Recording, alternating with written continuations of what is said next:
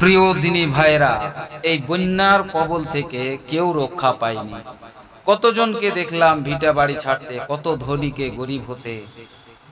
আজ যদি প্রবল এই বৃষ্টিপাতের কারণে এই বন্যা কবলে সব পড়ে যায়, তাহলে অনেকে তো এই বন্যার কবল থেকে বাঁচেনি, কিন্তু আপনি বাঁচতে পারেন।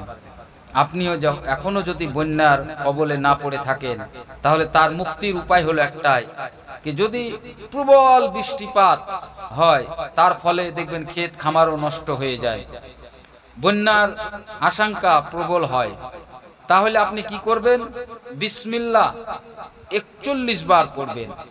আর কফ, এই আরবিতে একটা কফ অক্ষর আছে, এই যে স্ক্রিনে দিলাম, এই অক্ষরটি ৪১ বার লিখার পরে কোনো জমির মাঝখানে কিংবা কিনারাতে কিংবা নদীর কিনারাতে আপনি একটা বড় সবুজ গাছের ডালে বেঁধে দিবেন। দেখবেন ইনশাআল্লাহুল আজিজ, যদি প্লাবন দেখাও দেয়, ইনশাআল্লাহুল আজিজ বন্যার প্রকাশ বৃদ্ধি পাবে না। আর এই বন্যা আসার কারণ, এই নদী ভাঙন হওয়ার কারণ হচ্ছে একটাই, প্রবল বৃষ্টিপাত দেখা দিল। যখন আপনি দেখবেন প্রচুর পরিমাণে বৃষ্টি হচ্ছে, সেই সময় আপনার ওই বৃষ্টি আপনার উপকারের জায়গায় ক্ষতি করে। আর যদি ক্ষতির আশঙ্কা হয়ে থাকে, তাহলে আপনি কি করবেন? 7টা পাথর নেবেন, পাথরের টুকরা, ছোট ছোট 7টা পাথরের টুকরা নিয়ে তাতে আলহামদুলিল্লাহ সূরা ফাতিহা, মানে আলহামদুলিল্লাহি রাব্বিল আলামিন আর রহমানির রহিম, এই সূরা ফাতিহা 7 বার পাঠ করে, আর তার সাথে 7 বার সূরা হুদ আয়াত নম্বর 44, মানে সূরা হুদের 44 নম্বর আয়াতটি 7 বার পড়ে ওই পাথরের টুকরোগুলিতে ফুঁক দিবেন। আর এমন জায়গায় ওই পাথরগুলি রাখবেন যেখানে বৃষ্টির পানি যেন পৌঁছতে না পারে।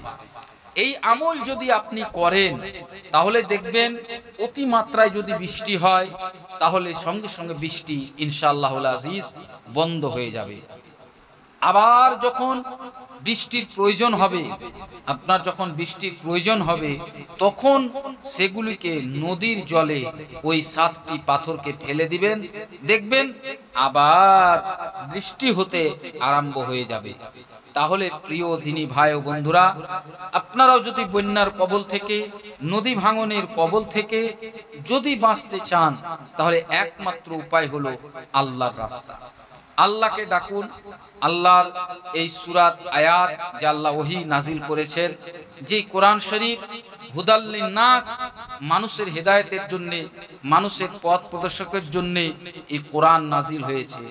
আমরা যেন ক্ষতিগ্রস্ত না হয়, সেই জন্য আল্লাহ রাব্বুল আলামিন কোরআন শরীফের মধ্যে 6666টি আয়াত নাজিল করেছেন। আর প্রত্যেকটি আয়াত হচ্ছে মানুষের হেদায়েতের পথ, হেদায়েতের জন্য। তো আমরা যদি এই কোরআন শরীফকে দেখে বুঝে পড়ে যদি আমল করি, তাহলে আমরা প্রত্যেক বালা মুসিবত থেকে আমরা রক্ষা পাবো। এমনকি এই বন্যার কবল থেকেও রক্ষা পাবো, এমনকি এই নদী ভাঙনের পথ থেকেও আমরা রক্ষা পাবো। কারণ কোরআন শরীফের সূরা তহার মধ্যে আল্লাহ পাক বললেন, তাহা মা আনজালনা আলাইকাল কুরআনা লিতাসকা, হে নবী, আমি এই কোরআন এই জন্য নাজিল করেছি যেন মানুষ এই কোরআন পেয়ে যেন হতভম্ব না হয়ে পড়ে, বরং আমি এই কোরআন শরীফ নাজিল করেছি এই জন্যে যেন মানুষ তার ভাগ্যকে সুপ্রসন্ন করে নেয়, তার ভাগ্যকে পরিবর্তন করে নেয়। তাহলে আপনিও ভাগ্যকে পরিবর্তন করার জন্য কোরআন শরীফ ধরুন।